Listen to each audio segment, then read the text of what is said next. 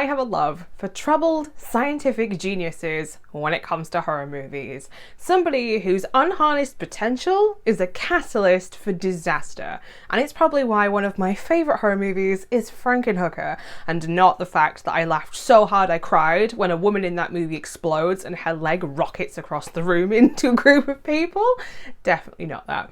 But today, we're not talking about my boy Jeff Franken, we're talking about another troubled scientific prodigy, Herbert West. Because I have never seen anything in the Re-Animator series, which is a crime and should be sorted immediately. But if you don't know anything about Re-Animator from 1985, let me quickly fill you in. After an odd new medical student arrives on campus, a dedicated local and his girlfriend become involved in his bizarre experiment centering around reanimating the dead.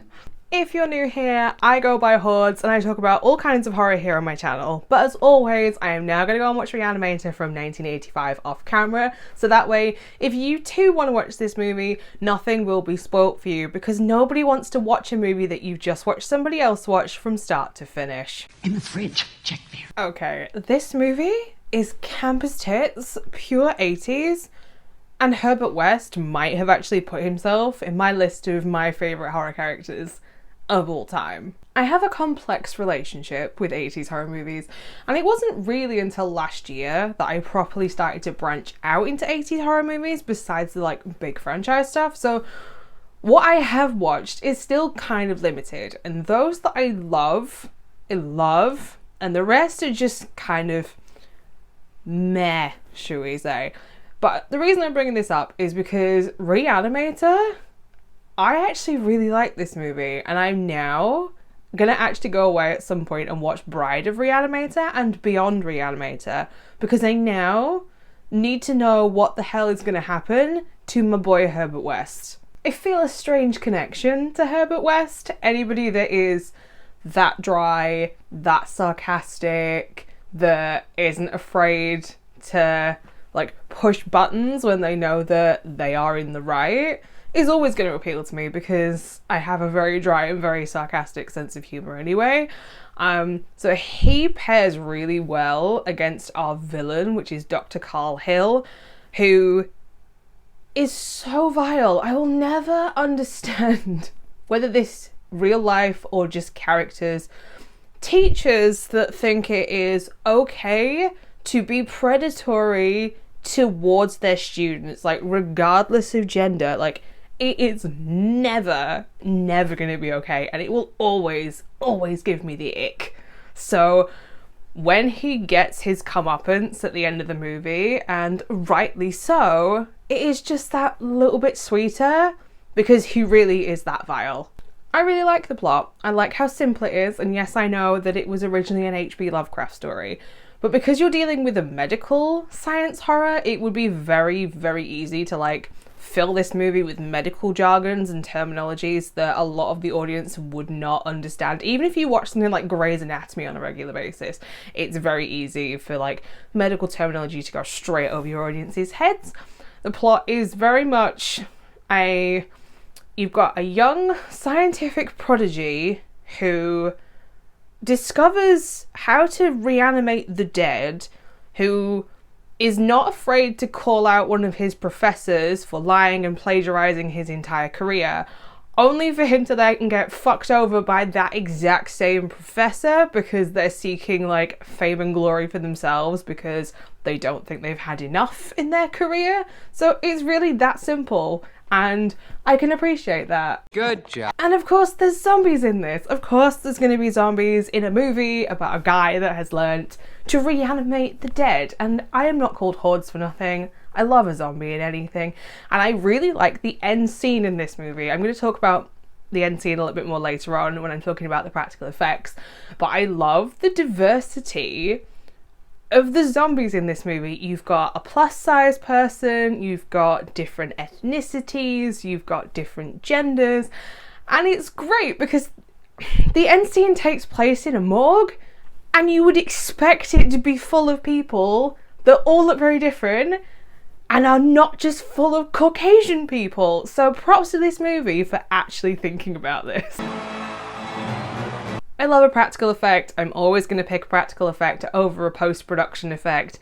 So obviously, I was gonna like the effects in this movie, from the decapitated head, to the feral cat, to the actors being made up in prosthetics. Like, it's all still really effective, and I appreciate that this movie didn't shy away from its practical effects. They've aged really well as well, and I think that that has to be a selling point for this movie, because the number of 80s movies, even 90s movies, where the effects haven't aged well. So props to Re-Animator, because they clearly put the budget into these things, and watching it now, it's still good. It holds up. Like, they're solid effects. I am very much of the belief that a good practical effect will always age better than a post-production CGI effect, and the first movie that comes to mind for bad CGI effects for me will always be Stay Alive from 2007. As much as I love that movie, the CGI in post in that movie is awful. So the fact that these practical effects have held up so well is just a bonus. And the end sequence in this movie in the morgue, when all the actors are in full prosthetics, being like full feral bare-ass zombies because everybody's naked, is great, because the effects are gory and gross, and there's blood, and it's so well done for an 80s production, and I can't fault its practical effects. The stuffed feral cat is maybe the exception, because it's clearly fake, but I can forgive that one effect. It's not a perfect 80s movie for me, but I think a little bit of that comes down to the pacing in the middle, and there's another thing that I'm going to mention when I give my rating. But I now need to watch Bride of Re-Animator, because the ending of this movie is so open and left up to interpret it. Like, they could go anywhere with the ending of this movie. I don't really care about Megan. That's not why I want to watch Bride of Re-Animator. I want to know where my boy Herbert West has gone, because after everything has gone down in the morgue, I need to know where Herbert's gone. Like, that's my priority. Not you, Megan.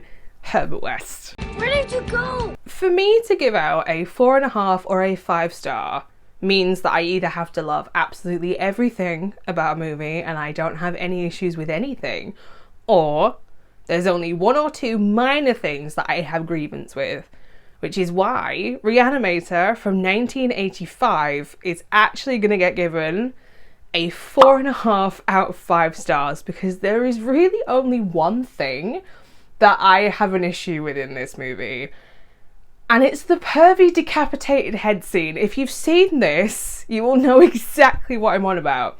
And the reason is, it reminds me way too much of a scene from the movie Head of the Family, but just minus the really long tongue. So if you've ever seen Head of the Family, you know exactly what I'm on about, because that scene, it just makes me uncomfortable. Just a tad bit uncomfortable. But this one in Re-Animator is not as bad as that one. Plus, I really like Herbert West. I think I've mentioned this like 3-4 times now in my wrap up, but I love him as a character. He's up there with my favourites. He's up there with Jeffrey Franken, even though I do not watch Frankenhooker for him. I watch it for Mary. I think we all watch Frankenhooker for Mary, but I love Herbert West, and I want to know what they're going to do with my boy next. Like, you can't leave me in suspense. I need to know. So there you have it, my initial thoughts and my review for Re-Animator from 1985. If you've also seen this movie, I would love to know what your thoughts and opinions are down in the comments section down below. Maybe I've persuaded you to also go and watch this movie. It's available on Shudder at the moment, which is where I watched it. If you would like to know every single horror movie that I watch, not just the ones that I talk about here on YouTube, you can find me over on Instagram and Letterboxd, which I will leave linked in the description bar down below. And I post videos here on YouTube on Mondays and Fridays, so I will be back now on Monday with another solo movie review. And if you need a hint, we're talking about murderous mutant cows. So until next time, bye.